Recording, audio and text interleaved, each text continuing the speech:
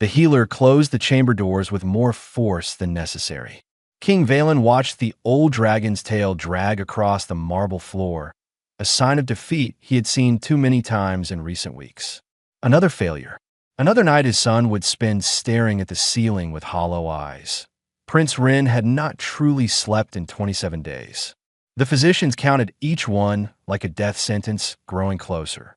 The boy was 8 seasons old, barely past his first molt, and he was fading before the entire palace. His silver scales had dulled to the color of ash. His wings hung limp against his small body.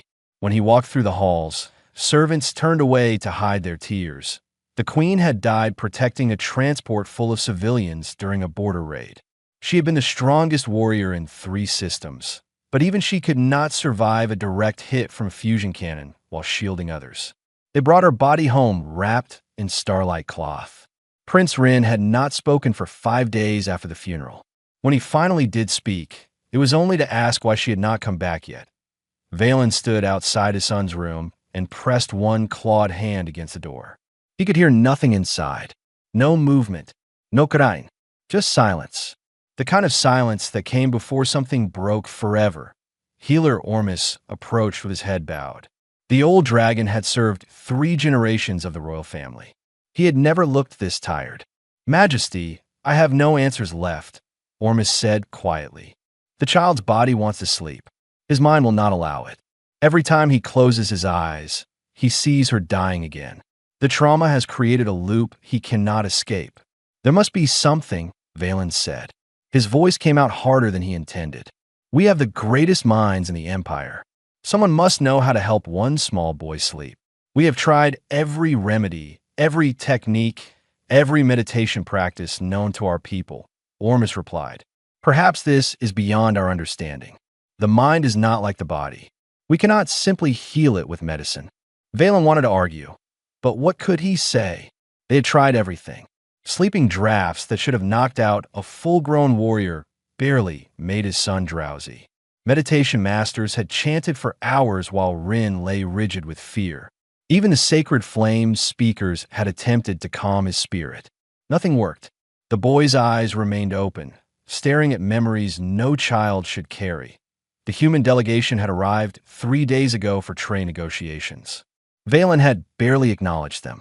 His advisors handled the meetings while he stayed close to his son's chambers, waiting for a miracle that never came. Ambassador Eula had been polite about the delayed discussions. The humans seemed to understand grief. They had sent a formal message of condolence when the queen died, written in flawless draconic script. It had been more thoughtful than half the messages from allied dragon worlds. The palace never truly slept, but the late hours brought a different kind of quiet. Most of his servants finished their duties and retired to their quarters. The night guard patrolled in silence. The crystal lights dimmed to soft glows that cast long shadows across the ancient stones. Owen had been assigned to the night shift cleaning the diplomatic wing. It was simple work, and he preferred it that way. Fewer people around meant fewer complicated conversations. He could clean in peace while thinking about the letter he needed to write home to his family on Earth. He was polishing one of the massive windows when he heard the soft scrape of claws on stone. Owen turned and saw a small dragon wandering down the corridor. The creature moved like someone walking through a dream, not quite aware of where he was going. Owen recognized him immediately from the briefings. Prince Rin, the boy who could not sleep. The young dragon stumbled, his legs giving out for a moment. Owen dropped his cleaning cloth and moved quickly. He caught the prince before he could fall, supporting the small body with both arms. The dragon was surprisingly light, as if the weight was draining out of him day by day. "Hey there," Owen said softly. "I think you're a bit lost." Prince Rin looked up at him with unfocused eyes. Up close, Owen could see just how exhausted the child was. His scales were dull and rough. His eyes had dark circles that should not exist on such a young face. He looked like Owen's little brother had looked during the worst nights after the accident, when sleep felt like falling into a dark place with no bottom. "I cannot find her," Rin whispered. His voice cracked. "I keep looking, but she's not here." Owen's chest tightened. He knew that confusion, that desperate searching for someone who would never be found again. He adjusted his grip, making sure the prince felt steady and safe. "Let's get you back to your room," Owen said gently. "Come on, I've got you." One step at a time. He did not drag or rush the prince. He simply walked beside him, keeping one hand on the boy's shoulder, letting him set the pace. Owen talked quietly as they moved through the halls, the same way he used to talk to his siblings when they woke up scared in the night. "You're doing great. Just a bit further. See that door there? I bet that's where you're supposed to be. Your dad is probably worried. Parents get like that when their kids wander off, even when the kids are royalty." Prince Rin leaned against him as they walked. The boy's breathing had steadied. Some of the panic had left his eyes. When they reached the royal quarters, the guards stared in shock at the sight of a human supporting their prince. Owen ignored them. "Here we are," Owen said. "Think you can make it the rest of the way?" Prince Rin nodded slowly. He looked at Owen with something close to clarity for the first time since they had met. "You are kind," the prince said simply. "Just helping out," Owen replied. "Get some rest if you can." The guards escorted the prince inside. Owen returned to his cleaning duties. He did not think much of the encounter. He had simply done what anyone would do when they saw a scared kid who needed help. It was not complicated. It was just basic kindness. But in his chamber, Prince Rin lay down for the first time in days without feeling the crushing weight of terror. He closed his eyes, and for just a few hours, while the memory of that gentle voice lingered, he slept. King Valen had been awake for 30 hours straight when the guard captain delivered the report. A human servant had been found with Prince Rin in the diplomatic wing late last night. The prince had been wandering, and the human had escorted him back to the royal quarters. The captain seemed uncertain whether this was a security breach or something else entirely. That Valen's first reaction was anger. His son was vulnerable, traumatized, and a human had touched him without permission. But before he could summon his fury, the captain added one more detail. The guards reported that Prince Rin had seemed calmer than he had been in weeks. The boy had actually appeared peaceful. That single word changed everything. Peaceful. Valen could not remember the last time anyone had used that word to describe his son. "Bring me this human," Valen ordered. Now, Owen arrived expecting punishment. He stood in the throne room with his hands clasped behind his back, meeting the king's eyes with quiet respect, but no fear. Most beings trembled in Valen's presence. Dragons were large, powerful, and intimidating by nature. But Owen just stood there, waiting, as calm as still water. "You touched my son," Valen said. It was not quite a question. He was wandering and looked like he might fall. Owen replied simply. "I help him get back to his room. That's all. That is all." Valen's tail lashed once. "You put your hands on the crown prince of the Draconis Empire. I put my hands on a scared kid who needed help," Owen said. There was no challenge in his voice, just statement of fact. "I have 3 younger siblings back on Earth. I know what a child in distress looks like. Your Majesty," with respect, he wasn't a prince in that moment. He was just a little boy who was lost. The blunt honesty caught Valen off guard. No one spoke to him this way. Dragons valued formality, proper address, careful phrasing. This human stripped all of that away and spoke only truth. It should have been insulting. Instead, it was oddly refreshing. "My son has not slept properly in nearly a month," Valen said quietly. "Every healer, every physician, every specialist in the Empire has tried to help him. All have failed. Grief isn't a medical problem," Owen said. "Sometimes people just need to feel safe again. Medicine can't fix that." Valen studied the human. He was young by Earth standards, probably in his mid-20s. Nothing particularly remarkable about him. Average height for his species, dark hair kept short, hands that looked like they were used to work. But his eyes held something the king recognized. This human had lost someone too. He understood. "Can you make him feel safe?" Valen asked. "I don't know," Owen admitted, "but I can try." That evening, Owen sat in a chair beside Prince Rin's massive bed. The room was built for dragons, which made everything seem too large for a human. The prince lay curled on silk cushions, watching Owen with cautious curiosity. "You came back," Rin said softly. "Your father asked me to," Owen replied. "Thought you might want some company. The healers say I need to sleep." "The healers are probably right," Owen agreed. "But that's hard when your brain won't turn off, isn't it?" Rin nodded slowly. His small claws kneaded the cushions nervously. Owen leaned back in the chair and looked around the room. It was filled with expensive things. Tapestries woven from starlight threads. Sculptures carved from crystal. Toys that probably cost more than everything Owen owned. But none of it seemed to bring the prince any comfort. "Want to hear about where I'm from?" Owen asked. "It's nothing fancy, but the stories might bore you to sleep." A tiny smile flickered across Rin's face. "That is the goal, is it not?" Owen grinned. "Smart kid." He started talking about Earth. Not the important parts that diplomats discussed. Just normal things. His family's farm in the countryside. His brothers and sisters. The old dog they had who was afraid of butterflies. The time his youngest sister convinced everyone that vegetables would grow faster if you sang to them. So the whole family spent a week singing to carrots.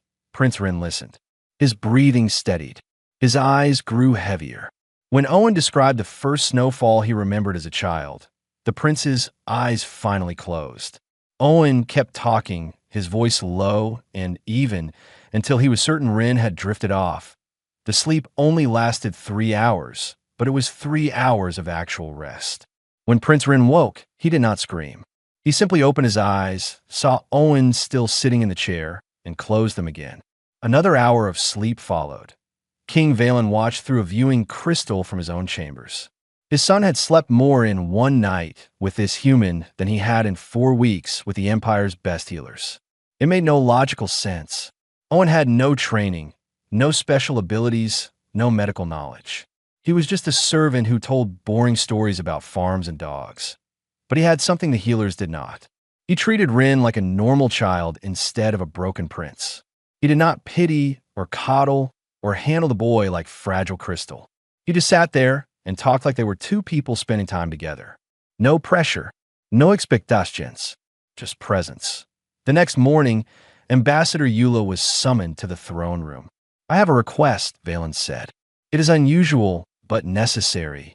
"Of course, Your Majesty," Eula replied. "How can we assist?" "I need you to extend your delegation stay.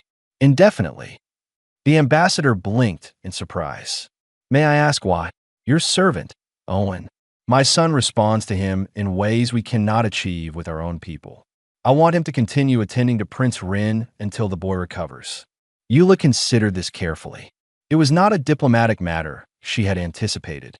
"Owen is a civilian member of our delegation. I would need to ask him if he's willing." "Ask him," Valen said. "Please." That evening, Owen returned to Rin's chambers. The prince was already waiting for him, sitting up on the cushions with an expression that might have been excitement. "You are staying?" Rin asked hopefully. "For a while longer," Owen confirmed. "Your dad thinks you're stuck with me." "Good," Rin said firmly. He paused, then added quietly, "Will you tell me more stories?" "I've got plenty," Owen said, settling into the chair. "How about the time my brother tried to build a rocket out of fireworks?" Prince Rin smiled for the first time in 30 days. The palace council chamber erupted in argument for the 3rd time that week. Lord Saren's wings flared in agitation as he addressed King Valen directly, his voice echoing off the vaulted ceiling. "This dependence is unnatural," Saren declared. "The prince refuses to sleep unless the human is physically present in his chambers. What happens when this Owen returns to Earth? The boy will relapse, possibly worse than before. Then Owen will not return to Earth," Valen said calmly. "Not yet." The council members shifted uncomfortably. They had all witnessed Prince Rin's transformation over the past 2 weeks. The boy was eating again. His scales had regained some of their shine. He participated in morning lessons instead of sitting in vacant silence. But this progress came with one absolute requirement. Owen had to be there. Not nearby. Not in the same wing. Right there within sight. "Your Majesty, we cannot hold a human citizen against his will," Lady Mira pointed out more gently than Saren had. The diplomatic ramifications alone would be significant. "I am not holding him," Valen replied. "I'm asking him to stay." There's a difference. In the royal gardens, Owen pushed Prince Rin on a swing that had been installed years ago for the young dragon. Rin's small wings fluttered with each arc through the air, not quite ready for flight, but getting stronger every day. Other dragon children had gathered to watch, curious about the human who spent so much time with their prince. Higher, Rin called out, laughing. Owen obliged, giving the swing another push. It felt surreal sometimes, this new life. 3 weeks ago, he had been a simple cleaning crew member. Now he spent his days with the Dragon Prince, telling stories and playing games and trying to remember which herbs went in draconic tea, because Rin liked it sweet, but not too sweet. Owen, Rin said as the swing slowed. May I ask you something? Sure thing. Why are you not afraid of me? Of us? The prince gestured with one small claw at the other dragon children, at the massive palace, at the guards who could tear a human apart without effort. Owen considered the question seriously. Rin deserved honesty, not platitudes. I guess I see you as people first, Owen said. You're bigger than me and you can breathe fire, but that doesn't make you scary. It just makes you different. My sister back home is really good at math. That's different from me too. Doesn't make her scary, just means she has different abilities. That is a strange way to think, Rin said, but he sounded pleased. Probably, Owen agreed. Come on, race you to the fountain. The prince took off running, his legs still a bit unsteady, but his spirit bright. Owen jogged after him, keeping pace, but letting Rin win. These small moments mattered. They were rebuilding something inside the boy that had shattered when his mother died. That night, as had become their routine, Owen sat beside Rin's bed. But tonight felt different. The prince was quieter than usual, his claws fidgeting with the edge of his blanket. Owen, Rin said softly, I need to tell you something. About my mother. Owen had been waiting for this. Rin had avoided talking about the queen directly since that first confused night in the hallway. Now the words seemed ready to come out. I'm listening, Owen said. She was protecting civilians, Rin began, his voice small. The transport was full of families. Children my age. When the raiders attacked, she could have escaped. She chose to shield them instead. Everyone tells me she was brave. They say she died with honor. But that doesn't make it hurt less. Owen finished quietly to Rin's eyes filled with tears. I'm angry at her. I know that is wrong. She saved those people. But I'm so angry that she left me.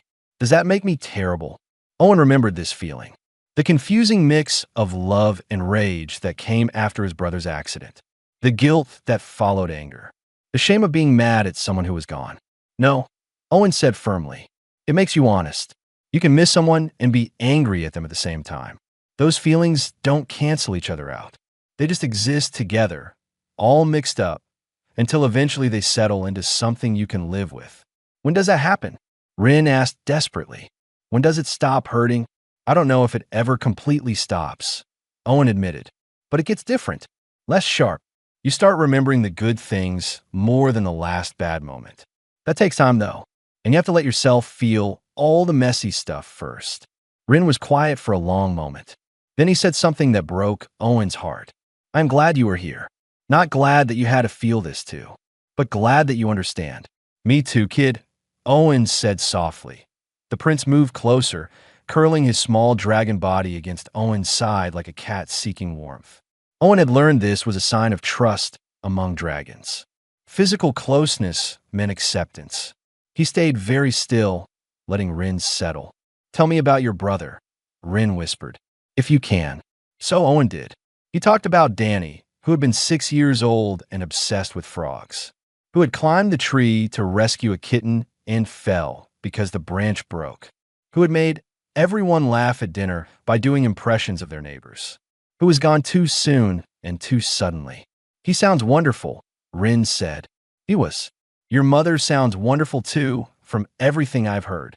She was the strongest warrior in 3 systems, Rin said, pride mixing with sadness in his voice. She could fly faster than anyone. She always won at strategy games. And she sang to me every night before sleep. What did she sing?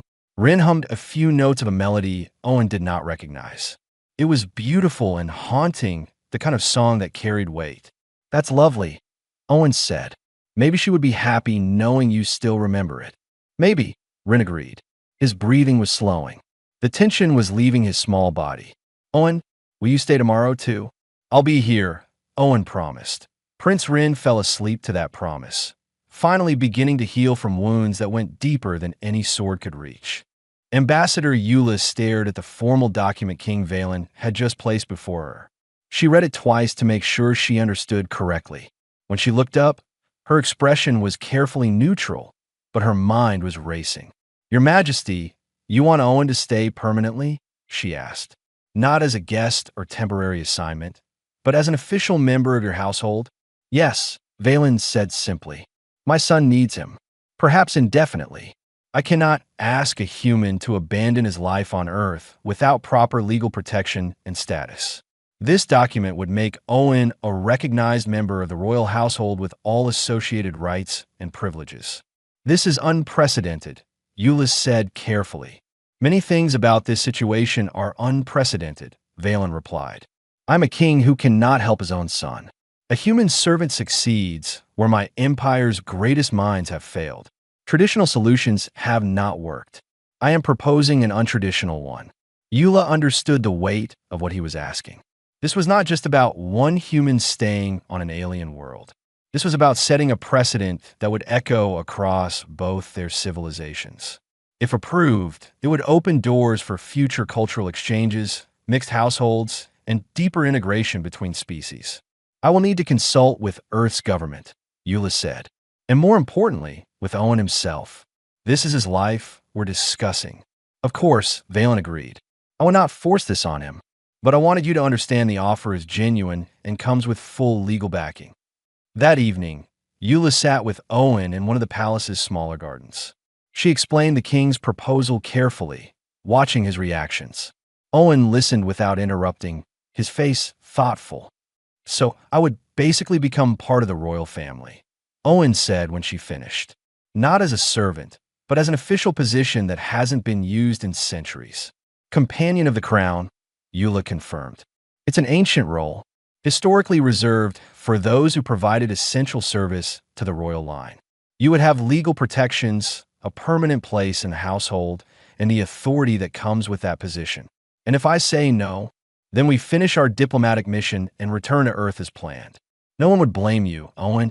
This is asking you to give up everything familiar." Owen was quiet for a long time. He watched the twin moons rising over the palace spires. Somewhere in the building behind them, Prince Rin was probably getting ready for bed, expecting Owen to arrive for their nightly routine. "I had plans," Owen said finally. "Nothing grand. Work my way up in the diplomatic corps. Maybe see a few alien worlds. Eventually go home and help run the family farm. Simple stuff." "Those are good plans," Eula said gently. "Yeah." Owen rubbed the back of his neck. "But here's the thing. I've been thinking about Danny a lot lately. My little brother. After he died, I spent months wishing I could have done something, anything to help him. I couldn't though. It was too late." He turned to look at Eula directly. "Rin isn't too late. He's right here, right now, and I can actually help. How do I walk away from that? How do I go back to Earth knowing I left him when he still needs someone?" "You care about him," Eula observed. "Of course I do," Owen said simply. "He's a good kid who got dealt a terrible hand. If I can make that easier for him, shouldn't I? Even if it means leaving your family?" Owen's expression tightened with pain. That was the hard part. His parents would understand, probably. They had raised him to help people who needed it. But his siblings would miss him. He would miss them. There would be no Sunday dinners or birthday celebrations or just sitting on the porch watching the sunset together. "Can I think about it?" Owen asked. "Take all the time you need," Eula assured him. Owen did not sleep well that night. He lay in his quarters staring at the ceiling, weighing his entire future. Every choice meant giving something up. Stay here and lose his Earth life. Return home and abandon Rin. There was no option that did not hurt. Around midnight, he heard soft scratching at his door. When he opened it, Prince Rin stood there in his sleeping robes, looking small and frightened. "I had a nightmare," Rin whispered. "You were not there." Owen's heart clenched. "Come on, let's get you back to bed." He walked the prince back to the royal chambers. The guard said nothing, used to these late-night excursions now. Owen sat in his usual chair while Rin climbed onto his cushions. The boy watched him with worried eyes. "Are you leaving?" Rin asked quietly. "What makes you think that? Everyone has been acting strange." Whispering, looking at me sadly. "That is what they did before they told me about my mother." Rin's claws kneaded his blanket anxiously. Are you going away? Owen could have lied, could have deflected, but Rin deserved honesty. Your father offered me a permanent position here, Owen said. I'm trying to decide if I should accept it. You do not want to stay. The pain in Rin's voice was sharp. It's not that simple, kid. I have family back on Earth. People who love me and would miss me. Choosing to stay here means choosing not to see them again for a very long time. Maybe ever. Rin looked down at his claws.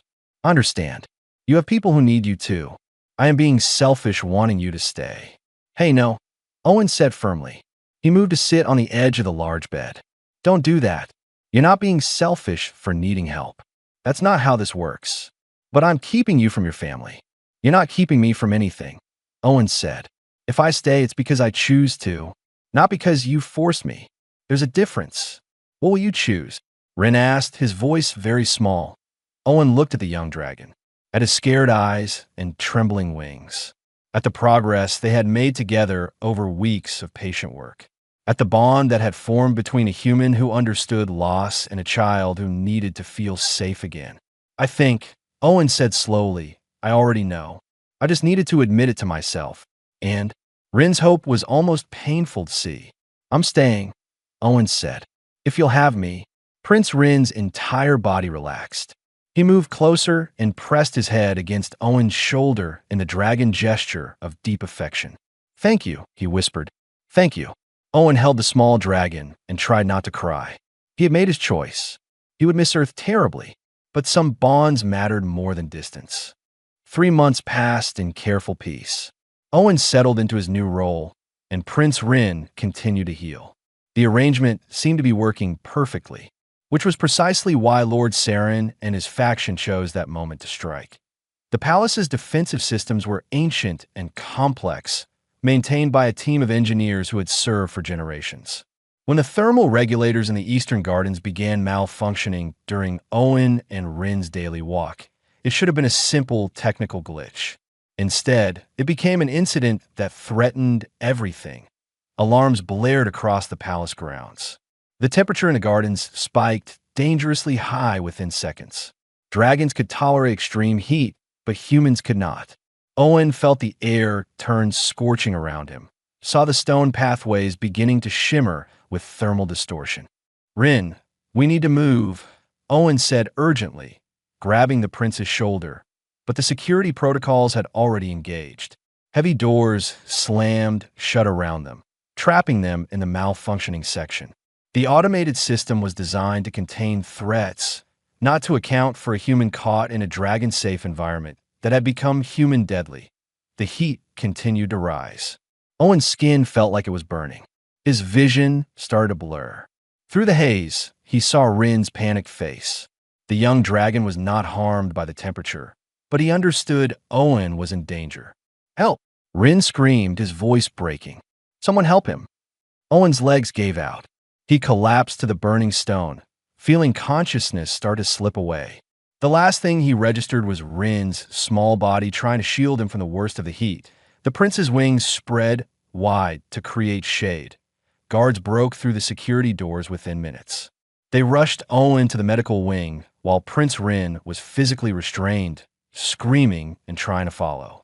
King Valen arrived as the doctors were treating Owen for severe heat exposure and partial dehydration. The human would survive, but it had been close. What happened? Valen demanded. The head engineer arrived with her findings. Majesty, this was no accident. The thermal regulators were manually overridden.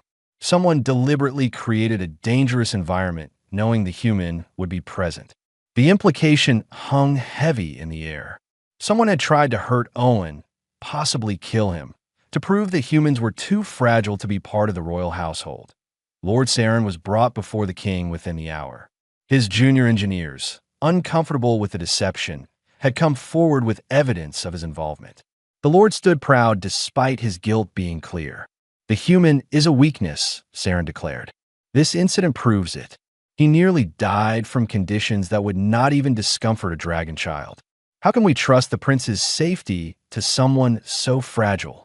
You created the danger, Valen said, his voice cold as winter night.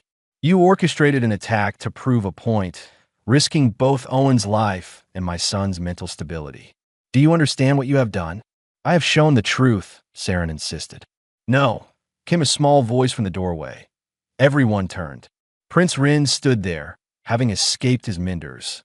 His scales were still dusty from the gardens. His eyes blazed with an anger that seemed too large for his small body. You showed nothing but your own cruelty, Rin said, walking forward. His steps were steady, his voice clear. Owen put himself between me and danger without thinking. When the heat was killing him, he pushed me toward the door before he collapsed. He protected me. What did you do? You tried to murder someone to win an argument. The council members shifted uncomfortably. They had never heard the prince speak this way, with such authority, such conviction. Your Highness, Saren began, but Rin cut him off. I am not finished, the young dragon said firmly. You think Owen is weak because he cannot survive our heat, but he stayed conscious long enough to make sure I was safe. He did not think about himself. That is not weakness. That is strength you do not understand. Valen watched his son with something like awe. This was not the broken child who could not sleep. This was a prince defending what mattered to him. The boy had found his voice again. Lord Saren, you are stripped of your council position, Valen declared. You will face formal charges for endangerment and sabotage. Guards, take him. As Saren was escorted out, Rin turned and ran toward the medical wing. Valen followed at a distance, wanting to see what would happen. Owen was sitting up in bed when they arrived, his skin red and tender, but healing. He looked exhausted but alive. When Rin burst through the door, Owen managed a weak smile. Hey kid, Owen said. I am okay. Rin climbed onto the bed carefully, mindful of Owen's injuries. You could have died, but I didn't, Owen pointed out gently. You protected me, Rin said, his voice trembling. The way my mother protected those people. You did not think. You just acted. Of course I did, Owen said simply. That's what you do for family. The word hung in the air between them. Family. Not prince and servant. Not dragon and human. Just family. Rin pressed his head against Owen's shoulder and cried. Not from sadness this time, but from relief and gratitude and the overwhelming feeling of being cared for so completely. Owen held him carefully, his burned hands gentle on the dragon's scales. King Valen watched from the doorway. His advisors had argued for months about whether this arrangement was appropriate, whether a human could truly be trusted with the crown prince, whether cross-species bonds were wise. But Valen had seen what he needed to see. When danger came, Owen's first instinct had been to protect Rin, even at the cost of his own life. That was not duty. That was not obligation. That was love. The king made his decision. The ceremony would happen as planned. Owen would become companion of the crown, with all the legal protections and recognition that came with it. Let the council debate. Let the traditionalists complain. His son had a guardian who would die before letting harm come to him. That was worth more than all the ancient protocols in the empire. The ceremony hall had been prepared for 3 days. Banners from dozens of allied worlds hung from the ancient rafters. Representatives from 15 different species filled the seats, all come to witness something that had not occurred in the Draconis Empire for over 4 centuries. The formal recognition of a companion of the crown. Owen stood in a small preparation room, adjusting the formal clothes that had been made for him. They were a blend of human and dragon styles, comfortable but elegant. His hands still bore the marks from his burns, mostly healed but still visible. He would carry those scars for the rest of his life. He did not mind. Ambassador Eula entered, smiling warmly. How are you feeling? Nervous, Owen admitted. This is a lot bigger than I expected. You are making history, Eula said. The first human to be formally adopted into an alien royal family. Earth's government is watching. The entire diplomatic corps is talking about nothing else. You have opened a door that many thought would stay closed for generations. I just wanted to help a kid sleep, Owen said quietly. And look what came from that simple kindness, Eula replied. Are you ready? Owen took a deep breath. As I'll ever be. The ceremony hall fell silent as Owen entered. Every eye turned to watch the human walk down the central aisle toward the dais where King Valen waited. Prince Rin stood beside his father, wearing formal robes and looking more confident than he had in months. When he saw Owen, the young dragon's face lit up with pride. Owen knelt before the king as he had been instructed. Valen's voice carried through the hall, speaking in formal Draconic that was simultaneously translated for the multi-species audience. "We gather today to honor an ancient tradition," Valen began. "The role of Companion of the Crown was created in the First Dynasty, meant for those who serve the royal line not through obligation, but through genuine bond. It has been 417 years since this ceremony was last performed." He paused, letting the weight of that history settle over the crowd. "Owen of Earth came to our world as a servant in a diplomatic delegation. He had no special training, no particular qualifications for what would be asked of him. He was simply a kind person who saw a child in pain and chose to help. In doing so, he succeeded where our greatest minds had failed. He gave my son back his peace." Valen placed one clawed hand on Owen's shoulder. "But more than that, he gave something the Empire had forgotten. He showed us that strength is not only found in power or tradition. Sometimes strength is found in gentleness, in patience, in the willingness to sit beside someone in their darkest hours and simply be present." The king's voice grew stronger. "Owen has proven his loyalty beyond question. When danger came, he shielded my son with his own body. He nearly died protecting the crown prince. This was not duty. This was love. And love is the truest foundation for any bond." Valen lifted a ceremonial chain, its links forged from star metal and set with crystals from the royal mines. "By the authority granted to me as king of the Draconis Empire, I name Owen of Earth as Companion of the Crown. He shall be recognized as family to the royal line, with all rights and protections therein. His voice shall carry weight in matters concerning Prince Rin's welfare. His position shall be permanent and unassailable." He placed the chain around Owen's neck. The weight of it was substantial, but not uncomfortable. Owen rose as instructed and turned to face the audience. Applause filled the hall, genuine and warm. He saw tears on Ambassador Eula's face, saw dragons who had once opposed his presence now nodding with respect. But the most important face was Prince Rin's. The boy looked at Owen with such open affection and gratitude that it made Owen's chest tight. This was what mattered, not the ceremony or the title or the historical significance. Just this child who could finally sleep at night because he felt safe. After the formal proceedings ended, a reception was held in the palace gardens. Owen found himself surrounded by well-wishers and curious diplomats asking questions about Earth and human culture. He answered politely, but kept glancing around until he spotted Rin standing alone by the fountain. Owen excused himself and walked over. The prince was trailing one claw through the water, watching the ripples. "You okay?" Owen asked. "Yes," Rin said. "Then, more honestly, I am thinking about my mother, wishing she could be here. She would be proud of you." Owen said. "Look how far you have come. You give speeches to the council now. You stand up for what you believe in. You are becoming the prince she knew you could be. Because you helped me," Rin said simply. He looked up at Owen. "Do you regret it? Staying here instead of going home?" Owen considered the question seriously. Did he miss Earth? Yes, desperately sometimes. Did he miss his family? Every single day. But regret? That was different. "No," Owen said finally. "I miss my family. I always will. But I do not regret choosing to be here with you. Some things matter more than what is easy or comfortable." "I am glad you stayed," Rin said quietly. "I did not know what I would have done without you." "You would have found a way," Owen assured him. "You are stronger than you think." "Maybe, but I'm glad I did not have to find out." That night, after all the guests had departed and the palace had settled into quiet, Owen sat in his usual chair beside Prince Rin's bed. The chain around his neck caught the light from the moon's streaming through the window. Everything had changed, and yet this moment was exactly the same as it had been months ago. "Will you tell me a story?" Rin asked, already nestling into his cushions. "How about the one about the time my sister tried to teach the farm chickens to dance?" Owen suggested. Rin smiled. "I like that one." Owen began to talk, his voice low and steady. Prince Rin's breathing slowed.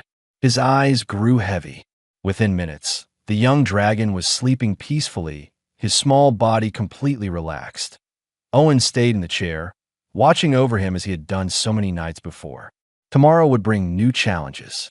There would always be those who questioned this arrangement, who saw it as strange or inappropriate. But tonight, a child slept without nightmares. A boy who had lost his mother had found someone to help carry that grief. And a human far from home had found a new family in the most unexpected place. King Valen stood in the doorway, watching the scene as he often did. His son and the human who had saved him. A gentle decision that had changed everything. He nodded once, satisfied, and quietly withdrew in the chamber. Owen continued his watch.